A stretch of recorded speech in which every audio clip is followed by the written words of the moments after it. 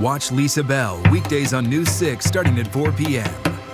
At News 6, you can see the commitment to breaking news. We don't stop until everything you need to know has been uncovered. We're taking you places no one else can go, so you can really see what's happening. We do this for you. Breaking news on News 6. Live from clickorlando.com and WKMG. We're getting results in your neighborhood now at 4 p.m. Now at 4, a man on the FBI's most wanted list arrested right here in Central Florida during a traffic stop. What he did that tipped off investigators. First, though, lawmakers started off the governor's special session by ending it and then opening their own to discuss immigration in the state. This is News 6 at 4. I'm Ginger Gadsden. And I'm Justin Mormouth in for Lisa Bell. Not all Republicans are in line with the governor's proposals on immigration. News 6's Laverne McGee has been monitoring this all day. She joins us now live in studio with the latest. Laverne. Thanks so much. Well, President Trump asked for partnership at the state level, and it seems he is getting it, but not quite the way the governor envisioned it. There is another session at 5 p.m. We'll continue to monitor that and have more for you then. Back to you. Laverne, thank you. Of course, we'll stay on top of what's happening in Tallahassee here on News 6, clickorlando.com, and on the News 6 Plus Smart TV app. Let's take you outside right now for a look at our launch credit union, Port Cam at Port Canaveral. What a stunning day. It is starting to feel more like Florida again. That's more like it, isn't it? Yeah. We feels missed great. you. Yeah, we sure did. Feels great out there. Meteorologist Julie Broughton pinpointing everything for us.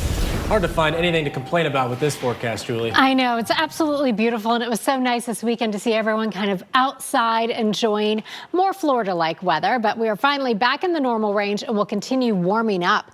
Here's what it looks like for you right now. This is our light Orlando camera over downtown Orlando, where you're seeing so much blue sky out there, sitting right now at 72 degrees. The normal high this time of year is 72, so we are right on the money for that. Our winds right now are coming in out of the west at 5 miles per hour. Now, here's how we started the day. We'll actually be a few degrees warmer than this tonight. You were still pretty chilly in Ocala, starting your day at 41. The low this morning in the Villages was 43, and in Cape Canaveral, you started your day at 51 degrees. Now, right now, just about all of us are in the low 70s, ranging from around 70 in Ocala and Palm Coast to 74 down in Winter Haven. And we are at the beginning of a nice warming trend. So if you like it warmer than normal, you should like the next 7 days. Now, remember, the normal high this time of year is around 72. Tomorrow we go up to 74, and by Friday we will be closing in on 80 degrees and staying in the upper 70s this weekend. Now, we do have some rain in the forecast. I'll tell you when we have our best chance of seeing some showers, and I'll tell you who can expect to see some areas of fog tonight. All that's coming up. Julie, thank you. Well, this is just a wild story we first told you about over the weekend. An FBI most wanted fugitive arrested by police in Lady Lake. And today a press conference was held to address the arrest. Anchor Matt Austin is in studio now with the very latest. Matt. Well, guys, the FBI says Lady Lake police arrested this guy right here, Donald Fields, during a traffic stop just over the weekend. We learned today they were suspicious of his license plate after they say it was wrong for the car he was driving. We're told he was pulled over when he gave the officer his identification. That officer ran it, and police on scene believed it was a false ID because the age did not match up how old Fields looked. In today's press conference, investigators said they were able to pull Fields' fingerprint and run it through the system, finding out his true identity. Investigators say Fields has been on the run for 3 years and was added to the FBI's most wanted list back in 2023. We're told he's on that list for a series of sex crimes against children. Children from Florida to Missouri and beyond are safer today thanks to the diligence and brave actions of these officers and the Lake County Sheriff's Office dispatchers.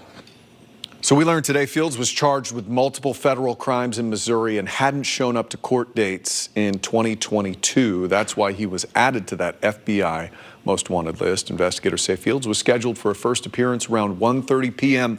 today. You can keep it here. News 6's Emily McLeod will have more on the arrest and today's press conference. That's coming up at 5 o'clock. Ginger. Matt, thank you.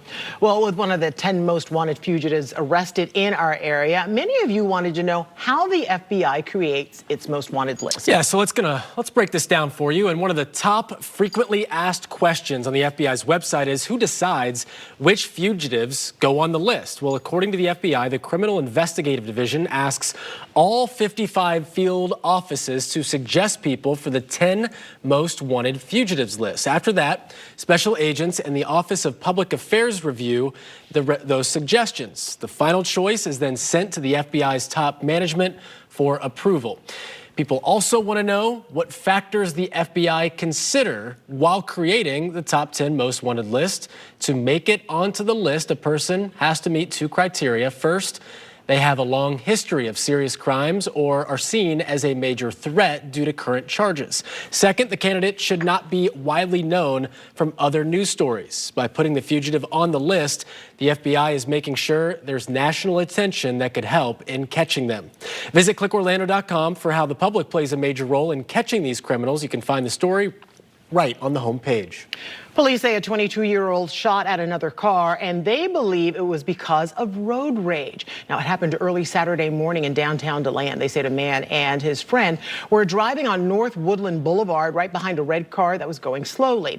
When they got near New York Avenue, investigators say the driver honked at the red car several times. Investigators say that's when 22-year-old Daniel Duarte pulled off to the side and let the driver pass. They say Duarte then started shooting at the driver who was honking at him. Now, no one was hurt. Investigators found Duarte later in the day and arrested him. Now to a crash in New Smyrna Beach where police say a woman was hit and killed by a driver while walking with her husband. This happened Saturday on the North Causeway Road near the Riverside Drive intersection. They say the driver left the road, hitting the couple on the sidewalk. News 6's Molly Reed has brand new information from police about the driver and what happened from witnesses. We're less than an hour away from a launch on the Space Coast. SpaceX getting ready to send another batch of Starlink internet satellites. These satellites will allow cell phones to connect directly to them. The launch was initially scheduled for this afternoon, but it has now been moved to 5:05. If it happens, you can watch it live on News 6 and clickorlando.com. The official start of tax season is here. Yeah, we'll hear some important tips you need to know before you file your taxes. Plus, public places are an obvious and easy place for people to target. we're starting to see those QR codes almost everywhere now, and while most seem fine, there is a scheme you need to know about, how scammers are using QR codes to steal your personal info. That's next. Julie. We are seeing a beautiful start to our week. This is our Launch Credit Union camera out at Port Canaveral. Blue sky, and we're sitting in the low 70s, but we have a warm-up on the way. We'll talk about how warm it will get as we head toward the weekend coming up. You're watching News 6 at 4, getting results. We will be right back. News 6 Insider is sponsored by Orange County Library System. Watch meteorologist Julie Broughton weekdays on News 6 starting at 4 p.m. Well, they're used for everything from paying for parking to restaurant menus. Quick response codes, better known as QR codes, well, they're everywhere. Yeah, but scanning the wrong one could be costly. Investigator Lewis Bolden has this week's schemes and ripoffs alert. All right, being on constant high alert is exhausting. It's so exhausting. I don't think I'm ever going to scan a QR code again. I didn't know they could do that at the gas stations, too. You know, I thought, like, if you just tap your card, that was another way that they could get you. But now you just can't do anything. I'm just going to run out of gas, and that's going to be it. I don't like people who rip you off. And you can I quote me either. on that. You can quote me on that. I said it. All right. Everything. We know someone who's not going to rip us off, and that is meteorologist Julie Broughton. This weather, just fantastic. What a nice change of pace. You know, last week was just brutal. I mean, we're not used to the cold air. We're not used to all the mist. And so things have really turned around nicely for us as we're moving through our weekend. It was nice this weekend. But if you like it on the warm side, that warming trend is going to continue. And we will be in the 80s by the end of the week. So the normal high this time of year is around 72. So we are going well above that as we head through the next several days. Here's what it looks like for you outside right now. This is our launch credit union camera out there at Port Canaveral. We have a SpaceX launch set for 5:05. 95% chance of the weather cooperating. You can see it looks like the weather is going to be pretty good for that. 73 degrees right now. Winds are coming in right now from the west around 8 miles per hour. Now we are mostly sitting in the 70s, so we're exactly what is typical this time of year. 70 in Wildwood. If you're in Leesburg, you're at 73. It is 70 in Micco, 72 in Daytona Beach right now, and those of you in Sanford are checking in at 73 degrees. Now our winds today have been variable. We're actually seeing a little bit of a sea breeze developing from the Cape south, so with those winds coming in out of the east, the rest of us are seeing winds generally out of the west, and the winds are pretty light, right around 5 to 10 miles per hour, so no issues there. Here's a look at your hour-by-hour forecast, and look at this beautiful girl. This is Miss Maddie May, which I think is the greatest name, and she is 17 years old. Doesn't she look amazing? Beautiful. I love the way her paws are crossed. Lots of oohs and ahs in the studio for her. So we'll be at 67 degrees at 6 o'clock, 65 degrees at 7, and in the low 60s by 8 o'clock. And it'll stay pretty comfortable for us tonight, falling generally into the low 50s. Here's a look at the southeastern United States, giving us an idea of our setup. We have high pressure moving away over the Atlantic. Here's a cold front, and this will move into our area. It's going to lose a lot of its energy before it gets here. So it's basically just going to move through mostly dry as a little weak boundary as we head through the first part of our day for tomorrow. So your clouds and rain forecast showing we may see a little bit of cloud cover increasing across our northern counties by around 11 o'clock. Here comes that boundary. So by around 3, 4 o'clock, see a little bit of cloud cover increasing. And a few of the models are putting in a very small chance of a few light showers. So we're keeping our rain chances for our northern counties for the first part of the day tomorrow around 10% or less, and then any clouds will clear. We're going to bump the chance of rain up a little bit for Saturday. So here's how that looks. This is the clouds and rain forecast. Here is a front that will begin moving our way early Saturday. Notice Friday evening, all the rain along with that system, but it too will lose a lot of its energy before it gets here. However, for the first part of the day on Saturday, it will bring about a 20% chance of showers, and then our winds shift out of the north behind that, so we'll be a few degrees cooler on Saturday than we are on Friday. Now, as we head through the overnight hours tonight, we will see some areas of fog, so you can see a little bit of reduced visibility, especially along coastal areas as we head toward around 7 o'clock tomorrow morning. Now, here's your pinpoint accurate forecast. Your forecast is sponsored by Renewal by Andersen. Overnight lows tonight exactly where they should be, generally in the low 50s, 52 in Orlando. 7-day forecast takes us to 74 tomorrow, gradually warming through the week, hitting 80 by Friday. Again, that front bringing a few showers on Saturday with temperatures staying in the upper 70s this weekend, then back to 80 on Monday. All right, Julie, thank you. Hey, a heads up. We are taking our newscast on the road and listening to your concerns. Ormond Beach, you are our next stop. Before we bring you the news live from your neighborhood, though, we want to know which stories you want us to cover. Go to clickorlando.com/hitstheroad right now and fill out our form. We look forward to hearing from you. Well, it's officially time to start filing your taxes, but how do you know if you should hire a professional to do it? Well, an expert has that answer for you. Coming up next, you're watching News 6 at 4, getting results. We'll be right back. This portion of the news is sponsored by Light Orlando, delivering hope together. Coming up in the morning, another reason to take a trip. The vacations researchers say could possibly slow the signs of aging, and why some other trips could have the opposite result. And your pinpoint weather and traffic every 10 minutes. We'll see you for News 6 mornings 5 to 7. All right, well, this doesn't have the same holiday ring to it, but it's the official start to the tax season is here. So fired up about it. That means it's time to start gathering those financial documents from 2024. So the deadline to file is April 15th. CBS business analyst Jill Schlesinger says the best way for you to get that refund within 21 days is to file electronically and use direct deposit. If you're trying to decide if you should hire a professional, she had this advice. It depends on the complexity of your life. Some people think it's just, oh, I have a lot of money versus not. But if you're just a wage earner, a W-2, by the way, keep your eye out for all these tax documents. They come via snail mail very often. But if you're a wage earner, you could probably do it yourself. All right, so she says people with more complex returns, like someone who maybe is self-employed, owns their own business, or is selling real estate, may want to consider hiring a professional. The IRS recently expanded its direct file program to all 50 states after testing it out in 12 states, including right here in Florida. It allows you to calculate and submit your returns to the government directly without using commercial tax preparation software. We explain how it works in this story. You'll find it on clickorlando.com/makeendsmeet. Well, a lot happened in a short period of time in Florida's capital during the special session. Our political expert will explain what a decision from lawmakers means for you. That's coming up next. Plus, a new space that's bringing community leaders together and removing barriers for domestic abuse survivors. We'll show you how it works and how it's getting results. You're watching News 6 at 4, Getting Results. We'll be right back. Live from clickorlando.com and WKMG. We're getting results in your neighborhood now at 4:30. Now at 4:30, state lawmakers appear to be at odds with the governor on how to handle immigration. We're asking our political expert what this all means for you. First, though, a live look at Capitol Hill. Just days into his second term, President Trump rescinded a Biden-era policy that protected areas like churches, schools, and hospitals from immigration enforcement. This is News 6 at 4:30. I'm Justin Mormuth, in for Lisa Bell. I'm Ginger Gadsden. Public schools here in Florida are now preparing for the possibility of ICE agents visiting their campuses. News 6's Catherine Silver is looking into how our local districts are responding.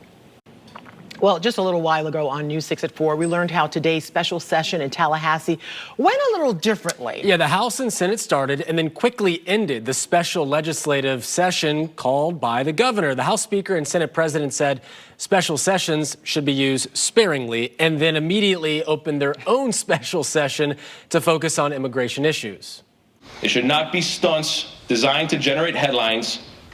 And the truth is, I dislike special sessions because they inhibit the very thing the legislative process should encourage, the push and pull of meaningful conversations that lead to the development of good and better ideas. All right, so UCF history professor, News 6 political analyst, Dr. Jim Clark joins us now. Thanks for joining us, Jim. It is interesting, to say the least. It's going to be a great session, I think. Yeah. Fireworks already firing off. Politics not so boring right now. All right, thank you, Jim. Of course, we will be following what's happening in the state capitol here on News 6, clickorlando.com, and on the News 6 Plus Smart TV app. Well, an arrest report just released from Cocoa Beach Police is revealing just how wild a party got that was held at a school principal's house. So to get you up to speed on this, Elizabeth Hill Brodigan is on leave from her role as principal of Roosevelt Elementary School. She's accused of throwing a, quote, white lie party with underage kids, allowing them to drink, among some other things. A teacher who police say was also at that party, Carly Anderson, also facing charges. Now, according to that arrest report, detectives spoke with students who were at that party. They revealed that parties like this happen once or twice a month, and that this one was hosted by Hill Brodigan's sons, though they say that she helped with the setup. According to the report, students also revealed that two detectives, that not only was there alcohol there was also marijuana, several fights happened, and there was a kid with a gun. Officials say a student had to be treated after drinking too much. They say another kid was arrested for driving drunk. The Brevard County Public Schools says Dr. Jennifer Clark, Director of School Leadership, will serve as acting principal of Roosevelt Elementary while the district looks for Hill Brodigan's replacement. This morning, advocates and community leaders took a big step toward bringing a family justice center to Orange County. The space is designed to provide life-saving resources for survivors of domestic violence, sexual assault, and other forms of abuse. News 6's Angie Casada explains. Well, heads up about a scheme going around. SunPass is warning people about getting fake texts about unpaid tolls. I know I've received one of those. A lot of people have. It's called smishing, or SMS phishing. The text could include a dollar amount on how much you owe, as well as a link. Do not click on that link. It could allow scammers to steal your personal info and your money. Unfortunately, SunPass schemes are not new. Last year, the state took action against fraudulent websites linked to these types of phishing messages. They even shut down 10 of them. The FTC is asking people to report and delete these unwanted text messages right away. Well, in just a few hours, Maitland could soon become the next city in Central Florida to remove its red light cameras. City leaders are expected to take the second and final vote on ending the program tonight. The city's traffic data show crashes have gone up, not down, at 2 of the 3 intersections where the city has red light cameras. Tonight's council meeting starts at 6:30. What if your final resting place could be a thriving marine habitat? That's pretty intriguing, right? The cemetery in Florida offering a new purpose after death. That's next. And if you like it warm, you're going to like the week ahead for us. We'll be back to the 80s by Friday, but we will be seeing some patchy fog overnight tonight. We'll break it all down and tell you when we'll have our next best chance of rain coming up. You're watching News 6 at 4:30, getting results. We'll be right back. This portion of the news is sponsored by your Central Florida Honda dealers. WKMG has been hitting the road, and we've gone from town to town to town. We've been talking to you, exploring your city, and getting results. We're getting to know you in a whole new way. I finally get to see the people that I see on TV in person. There's not many news stations that would do that. We're broadcasting live from Grind Gastropub and Kona Tiki Bar, February 19th from 4 to 7 p.m. We'll see you soon. Time now is 4:43. I'm meteorologist Julie Broughton. Hope you're having a great Monday. We are certainly seeing a much warmer week this week than we saw last week. Last week we had temperatures dropping into the 20s in some spots in the morning.